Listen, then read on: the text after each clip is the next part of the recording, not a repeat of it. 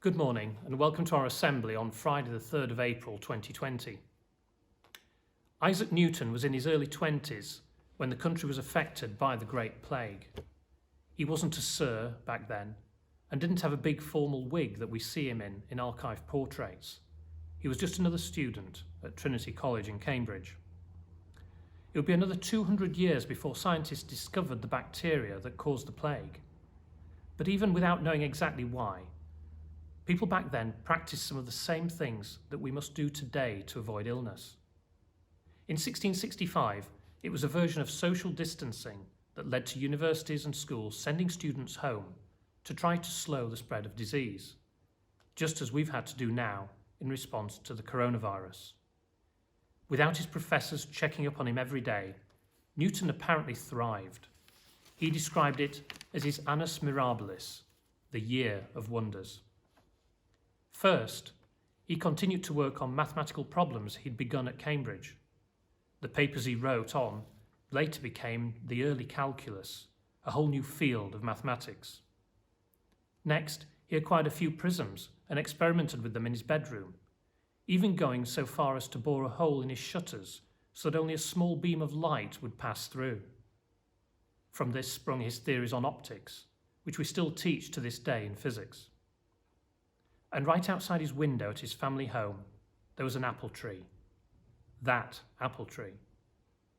The story of how Newton sat under the tree and was struck upon the head by a tumbling apple, illuminating his theories on motion and gravity, is largely apocryphal. But his assistant, John Conduit, recorded that Newton came to the conclusion that the same power of gravity that made the apple fall to the earth was not limited to a certain distance from the planet, but must extend much farther than had usually been thought. Why not as high as the moon, stated Newton. Newton returned to Cambridge in 1667, theories in hand. Within 6 months, he was made a fellow, and 2 years later a professor. So, as you're studying at home over the weeks to come, remember the example Newton set. Having time to muse and experiment proved life-changing for him, and of course no one remembers whether he made it out of his pyjamas before noon. As is traditional in our assemblies, I'm very pleased to award a number of commendations. Mrs. Wood would like to commend Francesca in Year 8 for a wonderful piece of research and a presentation on the changes to the pollution levels around the planet due to lockdown. Mrs. Arbella Dolan would like to commend Amy from Year 9, who has been consistently letting her know about all the work that she's been doing in Spanish. She's been receiving feedback and then acting upon it so positively, enhancing her learning. James from Year 10 has taken up the challenges of the new working environment and is now writing all his notifications and queries back to his teacher in Spanish. Jordan in Year 10, since the launch of the remote learning system, has fully embraced his independent learning and has made huge steps forward. Dorothy, Lily, Connor, Ruby, Rihanna, Hero, William and Alfie, all in Year 7, are commended for the superb response and enthusiasm they've made to the work set in Spanish this week.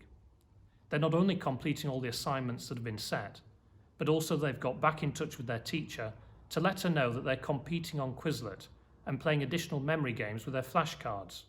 They're now in fact challenging their teacher on Quizlet as they're getting so good at it. And Laura in Year 10 is commended for her conscientious approach to Spanish, resubmitting work following advice received from her teacher and making excellent progress. Mrs. Stamp would like to commend Olivia in Year 10, who's completed some highly commendable work. Not only has she completed to the highest standard assignments on sustainability in Freiburg, Germany, but she's also selected to undertake the extension tasks on continental drift. Jacob, also in Year 10, has been a true scholar since we went to remote learning, going above and beyond what's asked of him in terms of his learning in geography. Well done, Jacob. Gina from Year 11 has completed and undertaken online tasks to an exceptional standard. A great example for continuity of learning. There may be no formal exams this year for the Year 11s, but learning continues in preparation for sixth form study. And Hannah in Year 13 has continued her scholarly approach to her A-levels and continued to explore the theme of coasts with 2 exceptional case studies.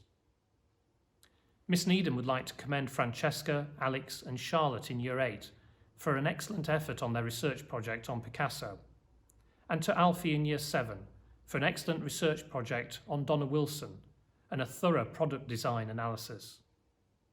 And finally, Mr. Bell would like to commend Archie for creating a chatbot in Year 7 computer science using Scratch. I hope that he shares the link with this class because it's great fun. I'd like to wish you all a restful holiday, and I look forward to the start of the Trinity term and commending many more of you with your moments of brilliance.